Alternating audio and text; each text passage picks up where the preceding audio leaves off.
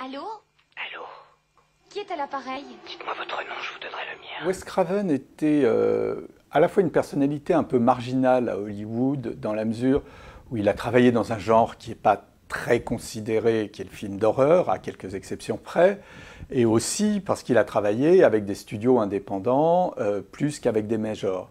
Par ailleurs, il a une carrière en montagne russe avec des très grands succès, des échecs assez marquants. Il était né en 1939 à Cleveland, dans l'Ohio, dans une famille baptiste fondamentaliste. Il a raconté qu'il a découvert le cinéma à l'université, c'était pas sa culture. Et à l'université, il a commencé à faire des films avec des étudiants, alors qu'il était devenu enseignant en littérature anglaise. Et au tout début des années 70, il a contaminé par le virus du cinéma, il a décidé d'en faire son métier.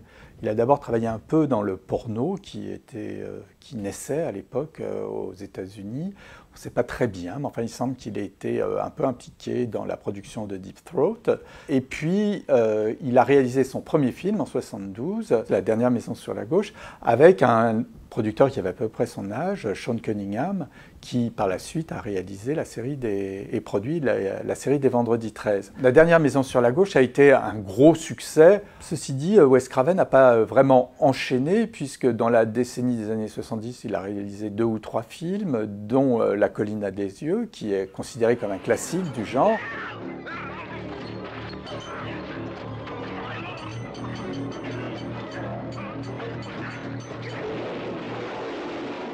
Là encore, il n'y a pas vraiment de dimension fantastique dans ce cinéma-là.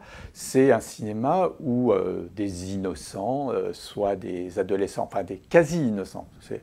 Dans La dernière maison sur la gauche, les jeunes filles qui sont pourchassées par des criminels psychopathes ont essayé de s'acheter de la marijuana, ce qui est très mal, et donc il faut bien qu'elles soient punies.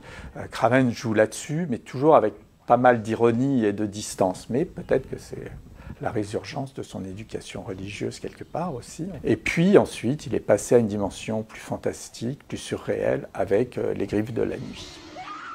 No one will survive.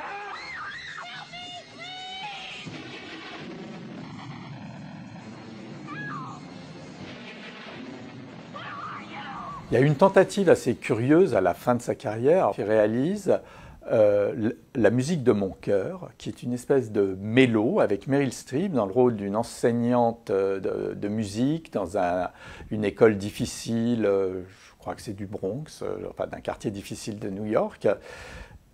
C'est pas bien du tout, ça lui va pas du tout, c'est à la fois excessif et pas bien rythmé.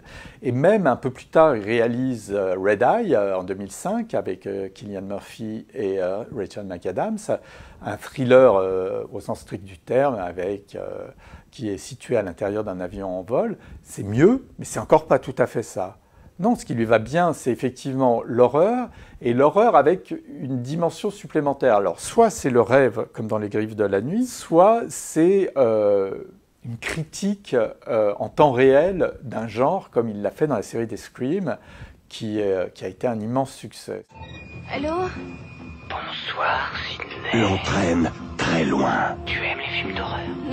Non, tu sais bien que ça m'énerve. C'est toujours le même scénario, toujours le même débile mental qui poursuit une petite minette au gros sein qui se planque dans sa chambre au lieu de s'enfuir. C'est consternant. Scream est à la fois un slasher movie qui fonctionne parfaitement, on a peur, on sursaute, on se demande ce qui va se passer, on n'est jamais sûr que tel ou tel personnage va survivre, et en même temps, c'est une espèce de pastiche du genre. Alors je ne sais pas si Wes Craven a démocratisé le film d'horreur.